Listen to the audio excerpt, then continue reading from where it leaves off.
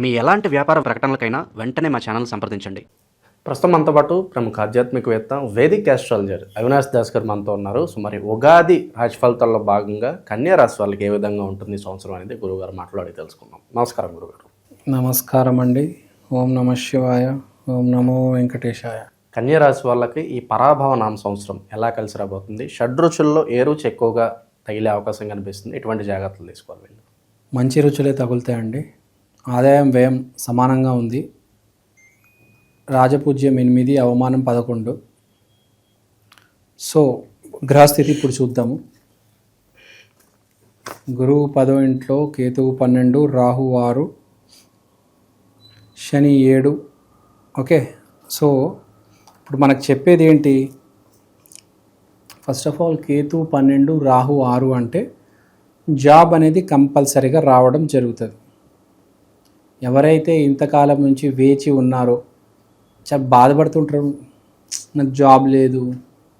చాలామంది బాధపడుతూ ఉంటారు కదా, నాకు జాబ్ లేదు, జాబ్ ఉంటేనే జీవితం ఉంది, నేను ఏది చేసినా జాబ్ చేస్తాను, ఇంకేమి చేయను, వ్యాపారం అయితే అస్సలు చేయను అంటూ ఉంటారు. వాళ్ళందరికీ మంచి వార్త, మీకు జాబ్ రాబోతుంది. తర్వాత కేతువు 12వ ఇంట్లో ఉన్నాడు, అదృష్టం మీ దగ్గరికి వస్తుంది. You will become spiritual. దైవభక్తి మొదలు పెడతారు, గుళ్ళకి వెళ్ళడం మొదలు పెడతారు. చాలామంది ఏమనుకుంటారంటే గుళ్ళకి వెళ్ళడం ఏంటి, గుళ్ళకి వెళ్తే ఏమొస్తుంది అనుకుంటారు. కానీ మీకు తెలుసో తెలియదో, రోజు గుడికి వెళ్తే 1 సంవత్సరం తర్వాత మనకు అదృష్టం అనేది ఒకటి పట్టుకుంటుంది.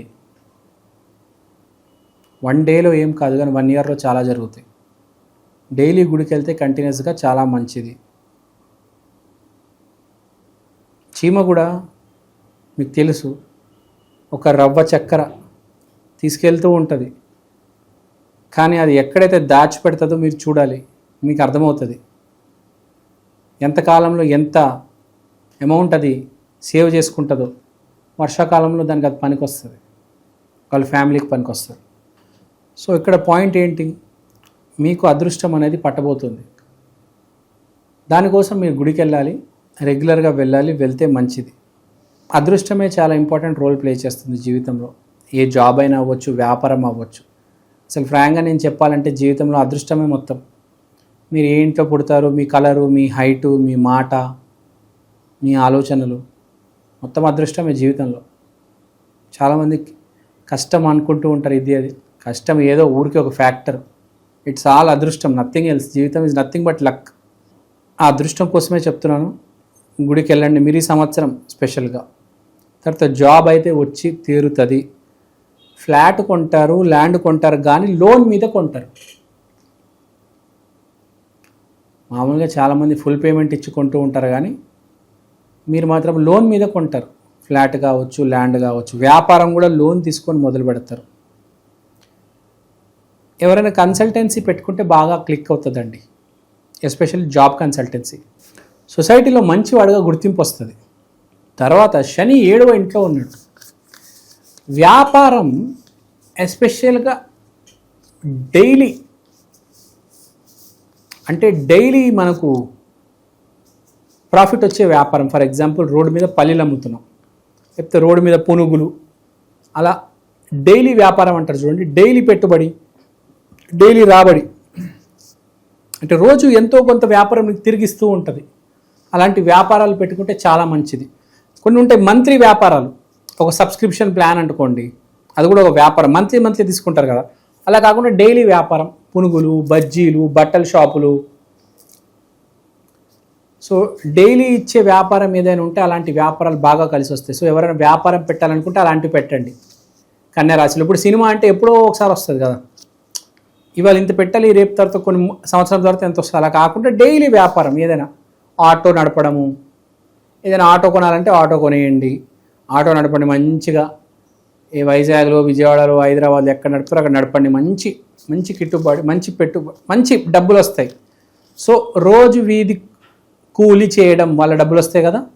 రోజు వారి డైలీ లేబర్, అది ఆటో నడపడం కావచ్చు, పల్లీలు అమ్మడం, పునుగులు అమ్మడం, ఒక కిరాణా షాప్ అయినా కావచ్చు, ఏదైనా డైలీ వేజ్ ఎక్కడైతే వస్తుందో, daily income, daily profit, daily salary అలాంటివి పెట్టుకుంటే చాలా మంచిది సుమా. గుర్తుపెట్టుకోవండి. మీకు బాగా కలిసి వస్తుంది. ప్రభు జాబ్ గురించి మాట్లాడము, ల్యాండ్ దాని గురించి కూడా మాట్లాడము, వ్యాపారాలు ఎలా పెట్టాలి మాట్లాడము. ఇప్పుడు దీనికి వచ్చేద్దాం. Creativity, right. సో విపరీతమైన క్రియేటివిటీ ఉంటుంది. క్రియేటివిటీ అంటే ఏంటి? ప్రేమ. అమ్మాయికి బీటు కొట్టాలి, ఒక అమ్మాయి ఉండాలి నా జీవితంలో, నేను టూర్కి వెళ్ళాలి, గోవాకి వెళ్ళాలి, ముంబైకి వెళ్ళాలి, ఢిల్లీకి వెళ్ళాలి, కొత్త బట్టలు కొనాలి, కొత్త వాచ్ కొంటాను, నేను బాగా బతుకుదాం రా ఈ సంవత్సరం. ఇప్పుడు దాకా సరిగ్గా బతకలేదమ్మా, ఈ సంవత్సరం బాగా బతుకుదాం, మార్చేద్దాం జీవితాన్ని, let us change the world అని మంచి మంచి ఆలోచనలు వచ్చి మనిషి డ్రెస్సింగ్ మారుస్తాడు, జిమ్కి వెళ్తాడు, గర్ల్ ఫ్రెండ్ని మెయింటైన్ చేస్తాడు. కానీ నేను చెప్పింది గుర్తుపెట్టుకోవాల్సింది ఏంటంటే, మీరందరూ గుడికి డైలీ వెళ్ళాలి, అది మర్చిపోవద్దు. నీ జీవితం చేంజ్ అవుతుంది, నీ హెయిర్ స్టైల్ చేంజ్ అవుతుంది, నీ ఖర్చు, నీ ఆదాయం మొత్తం చేంజ్ అవుతుంది. కానీ నువ్వు దేవుణ్ణి మర్చిపోకూడదు. నువ్వు ఈ సంవత్సరం అదృష్టం చాలా ఇంపార్టెంట్ కాబట్టి నువ్వు తప్పకుండా మై డియర్ గుడికి వెళ్ళాలి, లేకపోతే ఇంట్లోనే పూజ చేసుకో, ఒక 5 minutes అయినా పర్లేదు. లక్ ఇంపార్టెంట్ ఈ సంవత్సరం నీకు, అది దేవుడి దగ్గర నుంచి వస్తుంది. లేకపోతే పేదవాడికి డబ్బులు అయినవు వస్తే దేవుడి దగ్గర నుంచి రావాలి, లేకపోతే పేదవాడిని బాగా చూసుకుంటే రావాలి. ఇద్దరినో ఎంచుకో, ఒకటి దేవుడిని ఎంచుకో, పేదవాడిని ఎంచుకో, లేకపోతే ఇద్దరిని ఎంచుకో. అది నేను కాపాడుతుంది, నేను బాగా చూసుకుంటుంది. నువ్వు ఏదైతే ఇస్తావో ప్రకృతిలో, ప్రపంచంలో, నీకు అదే కదా తిరిగి వచ్చేది. ఓకే, తర్వాత నెక్స్ట్ చూద్దాం. ఇబ్బంది పెట్టే వాళ్ళు ఎవరు ఉన్నారు? నెప్ట్యూన్ ఇబ్బంది పెట్టచ్చు. సో మనం న్యూ వరల్డ్ ఆర్డర్ స్టార్ట్ అవుతుంది నెప్ట్యూన్ వల్ల. కాబట్టి ఇక్కడ చెప్పేది ఏంటంటే, కొన్ని పరిహారాలు చేసుకుంటే బెటర్. కొంతమందికి జన్మజాతకం బాగాలేకపోతే జీవితం ఇబ్బంది పడుతూ ఉంటుంది.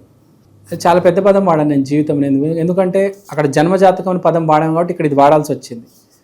జన్మజాతకం బాగాలేకపోతే ఏది కలిసి రాదు, డైవర్స్ అయిపోతుంది, వ్యాపారం నడవదు, ఆరోగ్యం, షుగరు, బీపీ అన్నీ వచ్చేస్తాయి. సో అలాంటి వాళ్ళు ఏం చేయాలంటే చిన్న పరిహారాలు చేసుకోవాలి. ఫస్ట్ ఫిబ్రవరి 20వ తారీఖు నుంచి, లేకపోతే ఉగాది వేసుకోండి, ఉగాది నుంచి మీరు చేయాల్సింది ఏంటంటే బేసిక్గా విష్ణుమూర్తిని ఆరాధించాలి. విష్ణుమూర్తి మెయింటెనెన్స్కి, ఆపరేషన్స్కి, క్రియేషన్కి బ్రహ్మ, డిస్ట్రక్షన్కి శివుడు, మెయింటెనెన్స్ అండ్ ఆపరేషన్స్కి విష్ణుమూర్తి. మీరు విష్ణుమూర్తిని ఆరాధించాలి. తప్పకుండా విష్ణు సహస్రనామం చదవాలి. టీటీడీ టెంపుల్స్కి వెళ్ళాలి, తిరుపతికి వెళ్ళాలి. మాట జారవద్దు, మాట చాలా జాగ్రత్తగా మాట్లాడాలి. విష్ణువుకి సంబంధించి ఎన్ని రెమెడీస్ చేసుకుంటే అంత మంచిది. So this is the ultimate remedy for you. And కృష్ణుడు కూడా విష్ణుమూర్తి అవతారమే కాబట్టి రాధాకృష్ణ మందిరానికి తప్పకుండా వెళ్ళండి ఎవ్రీ ఫ్రైడే. బుధవారం విష్ణుమూర్తి గుడికి వెళ్ళొచ్చు, శుక్రవారం రాధాకృష్ణ గుడికి వెళ్ళండి, లేకపోతే మీ ఇంట్లోనే పటాలుంటే స్వామివారిని వేడుకోండి. సో అంతా బాగుంది, no need to worry, all is well, god is great. ఓవరాల్గా కన్యా రాశి వాళ్ళకి ఈ పరాభవనాల సంవత్సరం ఏ విధంగా ఉంటుందో మంచి విశ్లేషణ అందించారు. ధన్యవాదాలు. ధన్యవాదాలు.